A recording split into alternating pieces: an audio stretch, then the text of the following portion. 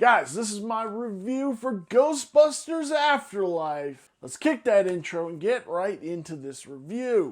Am I lost in a dream where nothing's what it seems? How's it going, guys? Welcome to VFG, and we're back with another movie review.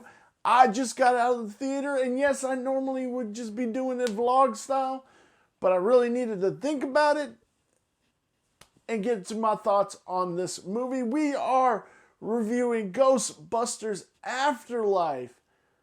Woo! This was a cool movie. So first I'm going to talk about the things I didn't like, and then I'm going to talk about the things I like, and then I'm going to cover the post-credits, mid and post-credit scene. So let's talk about the things I didn't like. And I am going to tell you that this is very spoiler. I'm going to talk about some stuff. If you have not seen this movie, please, spoiler warning from here on out. A couple of things I didn't like. One, the end credit scene, the post-credit scene, which I will talk about in a few bits. There was a couple of things, there was no Slimer. We have Muncher now. I didn't much like Muncher as so much. I guess it's just because I am an old Ghostbusters fan.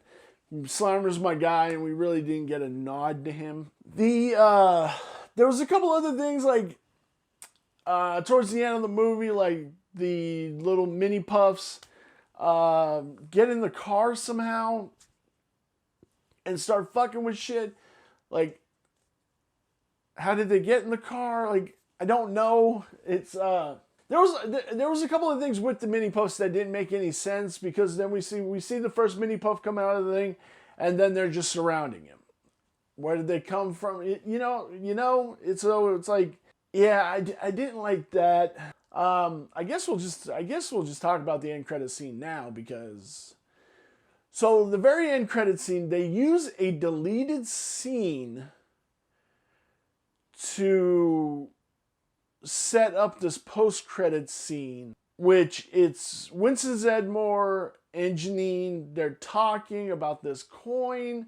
Well, the deleted scene from the original movie is Janine gives Egon a coin from Coney Island, and it's like if he doesn't come back, he has it to remind of her.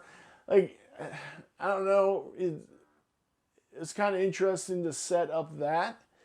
And then we cut to present day. She's holding the coin. She's talking to Winston. Winston's like, I wanted to be a beacon for people everywhere, knowing that you can come from nothing to be. He's rich now. He's multinational, the whole 9 yards, which I think kind of leads to the whole failed Ghostbusters sequel that they had planned for a little bit but didn't go, that Ghostbusters were eventually going to be a global thing, and there was going to be busters all over the globe. So I kind of think they were kind of referencing that. Ecto-1 goes back to the firehouse, which Ray said was turned into a Starbucks. Like, I didn't quite understand the post-credit scene, which is really weird, because we're really pretty good at that, like understanding what they're trying to poke. But maybe they're just trying to set up something, leave it open, leave it vague. Maybe that's what they're doing, which is fine. There was no Rick Moranis. They got pretty much everybody back, but no Rick Moranis. Like, that kind of was a shame. I would have liked to seen Janine and him be like together and stuff. I don't know. I guess that comes down to just being a little bit nitpicky. Is there anything else that I didn't like? I don't know. No, I don't think. Let's talk about the things I really did like. I really like that they tied in the first movie very well. They did not really tie in The second movie, I found out later that the second movie is canon, and there is a side story that wasn't shown in this movie, but it could be set up for future movies, which is fine, because if you look at the Ghost Ecto 1, there's no number 2 on it. This is the first Ecto 1. It's kind of weird, you know? Oh, I want to go back to things I didn't like. So, let me set up the beginning of this movie. The beginning of this movie is we get Egon trapping some type of ghost, and he's running from the devil dogs. So he's trapped either the keymaster or the gatekeeper, one of them, and he's going back home to spring this trap and everything, and you never see his face, which is cool. You could tell it's Egon, but you didn't need to see his face and stuff like that, which I thought was really cool. So at the end of the movie, we get Ghost Egon, which I'm totally fine with that because I wanted that. When I thought of a third movie, and after his passing, I was like, why don't they make him a ghost in the movie? And I really enjoyed seeing that, and it brought a tear to my eye, and I love that they honored him that way, because I guarantee that's what he would want. Like, that's what he would have wanted for his character. It makes sense. It lasted too long. It just went too long. Like, he helps McKenna Grace with the proton pack to go against Gozer. Then he's there fighting with the Ghostbusters, which is cool.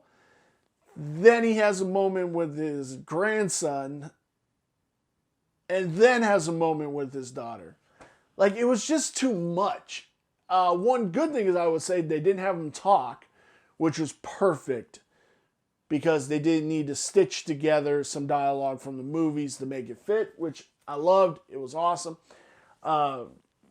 Because we just didn't need that. But it lasted too long. It should have been more of, he helped McKenna Grace with the proton pack, he does the team up, and then the grandson and the daughter at the same time. And that should have been done. It just lasted a little bit too long. But going back to the things I loved having Harold Ramis back in the movie, a send-off as a ghost. He goes up, he materiates into the world, and that was just beautiful, gave me chills, everything. McKenna Grace was absolutely amazing. She's adorable. The kid who played Podcaster, he was super dope. I liked his little thing that he comes out of the Ecto 1 and he's covered in the marshmallow. Cool nod to the end of Ghostbusters 1. And he finds out that Ray is his subscriber on his podcast, his only subscriber, I guess. And episode 46, truly found his voice. I really love that. I gotta jump back to things I didn't like. Finn Wolfhard, I just didn't like his character. And I didn't like the girl that he was going after too. I don't know. They didn't need to be in the movie. But I understand what they were trying to do, because they were trying, like, they're echoes of the 4 original Ghostbusters. I get it. I mean, this goes without saying. Paul Rudd was amazing, as usual. Grace Crook, I think is her name. The mom, she was hella cool. I dug that. The Ghostbusters being back, I love that. I think Bill Murray didn't really find his character. Like, it felt a little bit different, a little disconnected. Ray was Ray. Winston was Winston. I loved it. Going back to things that I hated. Sorry, it's coming to mind as I'm talking about this. J.K. Sims playing Vior Shandor for less than a minute part.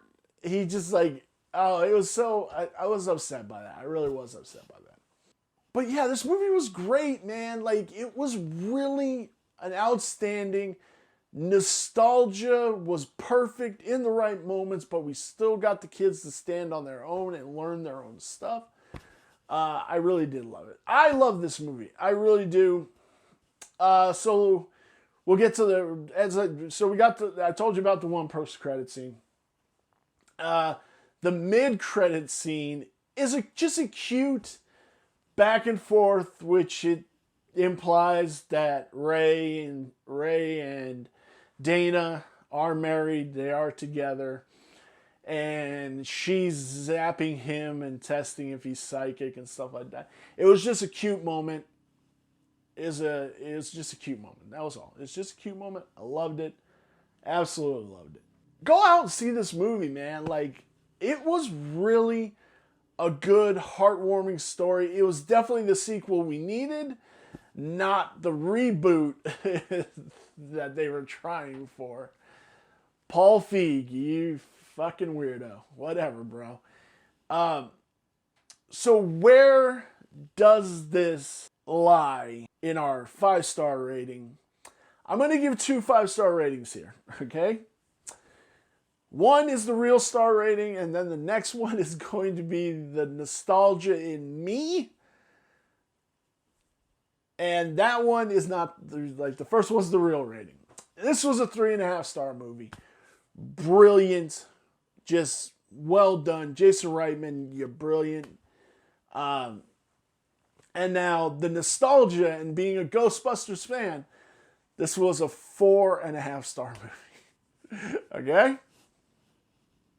That's how I feel about it. And guys, I want to know what you thought. This is definitely a bit longer of a review than we normally do, but I want to know what you guys thought about this movie. Good, bad, or indifferent? Leave it down in the comments below. I read everything and I will comment back to you guys. Thank you guys so very much for clicking on this video. I will see you guys in our next review. Bye.